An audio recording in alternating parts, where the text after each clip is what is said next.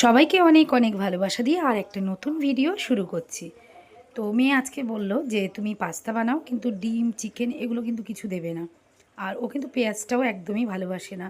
তো প্লাস পেঁয়াজটা আমার এমনি স্লাইস করে কাটাই ছিল, তো ভাবলাম একটু দিয়ে দিই, একটু আদা কুচিও দিয়ে দিই।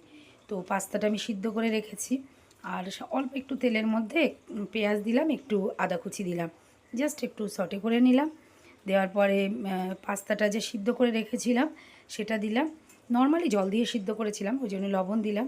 সামান্য একটু এখানে মশলা দিচ্ছি, আর দিয়ে দিচ্ছি কিন্তু এখানে একটু কাশ্মীরি লঙ্কার গুঁড়ো, মানে কালারটা ভালো হবে। আর ঝাল ফাল দেবো না, তাহলে ও আর খেতে পারবে না, একটু মিষ্টি মিষ্টিই করবো, সেই জন্য দিয়ে দিলাম। আর ও চাইছিল মানে খুব তাড়াতাড়ি এটা আমি রান্না করি, ওই জন্য একদম কিন্তু ঝটপট রান্না হয়ে যায়, কিচ্ছু দেওয়ার নেই এর মধ্যে, আর কিছু দেবেও না।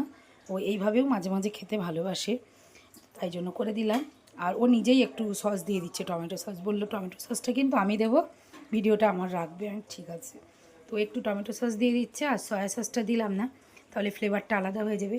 যেহেতু একটু চিজ দেবো, ও নিজেই একটা স্লাইস চিজ দিয়ে দিল, যে মাম্মামে একটু চিজ দিয়ে দাও, তাহলে কিন্তু টেস্ট এসে যাবে। ঠিক আছে, তাই দাও। তো একটু চিজ দিয়ে জাস্ট একটু নাড়াচাড়া করে নিলাম, আর কিচ্ছু না। এবার একদম বলে তুলে নেব, নিয়ে ওদেরকে পরিবেশন করে দেব।